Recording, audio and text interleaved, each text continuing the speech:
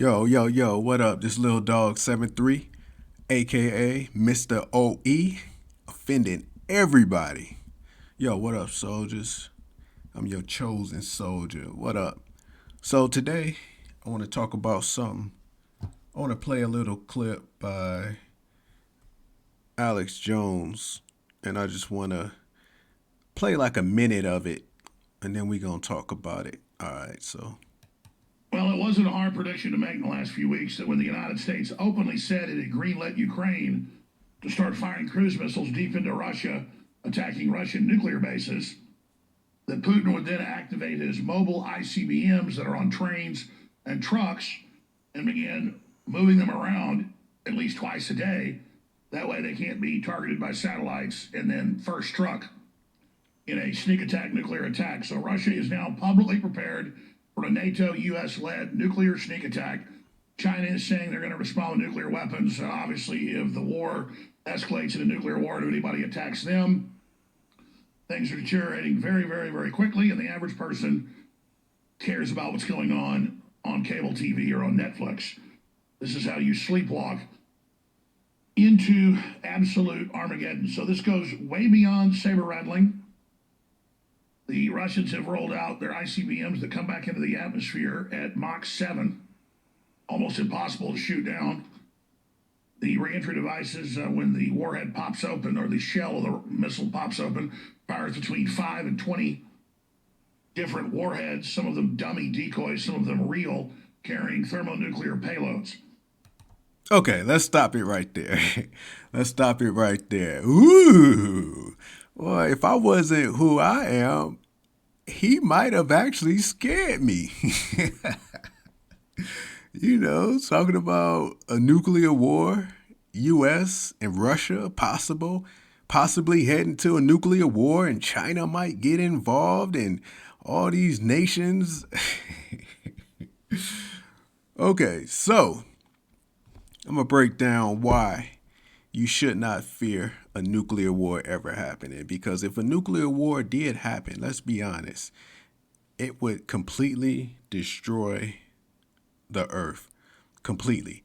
And I mean, any parts of the earth that's not hit by nuclear weapons, people would still die just from the radiation clouds, the fallout of the nuclear dust. I mean, the whole world would be polluted with nuclear dust. All animals, plants, everything would die if there's a all-out worldwide nuclear war. And that's the crazy thing. It's like if these liberals and leftists, if you truly love the earth and you want to save the earth, why are you trying to go nuclear against Russia? It's like everything they claim they love, they always want to destroy. They say that they love women and women's rights, but then they put the transgenders in sports to destroy women's sports. Here they claim they love the world and the planet, but yet they want to go to war against Russia, which would completely destroy the planet. See, these people, they don't love Earth. These people love death. See, all that climate change stuff that they be talking about, they lying to you. What these people ultimately love is death, and they prove it every time that they speak. Now, let's get into the reasons why a nuclear war would never happen. Okay. We're going to look at, this is the book of Psalms. I'm just going to read verse 1 and verse 2. It says, "The earth is the Lord's and the fullness thereof, the world and they that dwell therein. For he hath founded it upon the seas and established it upon the flood." So my question to you is, who does this world belong to? I give you a hint. The earth is the Lord's. Okay, so who does this world belong to? All right, and then I want to look at, this is Isaiah chapter 45, verse 18. Okay, so we established that the world belongs to God. Now we're going to establish why he created the world, or one of the reasons why he created the world. Verse 18, it says, "For thus saith the Lord that created the heavens, God himself that formed the earth and made it. He have established it. He created it, not in vain. He formed it to be inhabited. I am the Lord. There is none else." So God did not create this world in vain, but he formed it to be inhabited. So if the earth belongs to God and he formed it to be inhabited, there's no way that man can destroy this world. God would not allow man to destroy this world. Because if man were able to destroy this world, there's no way that the world could be inhabited. And that's one of the reasons he created this world, is to be inhabited.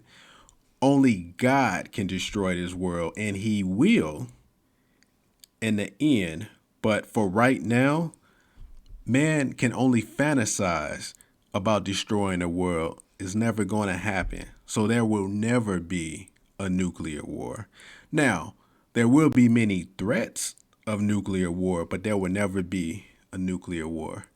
And before I read the next verse, I just want to play one more clip of Alex Jones. And I'm going to tell you why you should never fear. Don't fear. But lately, with this nuclear war stuff, I have been having anxiety attacks. And I started having one start of the last segment when I looked at the news and was about to cover it. I just couldn't do it because I have children and I'm pissed off. And there's a really good chance we're all going to die. And I'm tired of this. And I'm sick of the New World Order. And I'm sick of the criminals that run Washington. Okay, so he said it's a possibility that we're all going to die. That's not going to happen, Alex Jones. It's not going to happen. See, I put my faith in what Christ say and not what man say. And Christ already warned us about this. This is Matthew 24. I'm going to read verse 6 through 8. Jesus says, "And you should hear of wars and rumors of wars. See that you be not troubled, for all these things must come to pass, but the end is not yet." You heard that? Christ said the end is not yet. He says, "For nation shall rise against nation, kingdom against kingdom. There should be famines, pestilence, earthquakes in divers places. All these are the beginning of sorrows." I want to read this. I'll read this part in verse 6, the last part of verse 6. It says, "For all these things must come to pass, but the end is not yet." So all this nuclear war rumors and nuclear war gossip between the West against Russia, and Christ says these things must come to pass. So these things are only playing their role. These are things that have to happen. But as they happen, Christ says the end is not yet. So we don't need to be having anxiety over this, and we don't need to be fearing this. There's only one thing that we should fear, and that's not having our life right with God when he pour out his wrath on this world. That's the only thing that we should fear.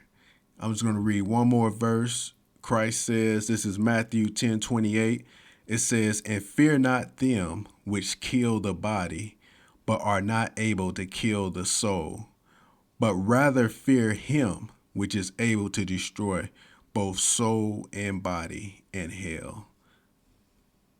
Jesus gave us a commandment here. Don't fear no one who's able to kill you, but only fear God, who can kill you both. He can destroy both your body and soul in hell. That's the only person that you fear.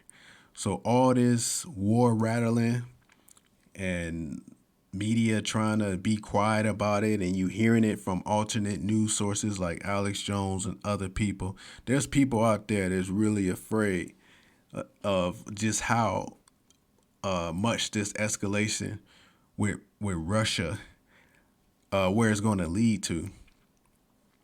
And just keep in mind, these things must come to pass. That's what Christ says. But he says the end is not yet. Only fear God's wrath. Never fear what man can do to you. That's all I got, soldiers. Mr. OE checking out. Christ is King.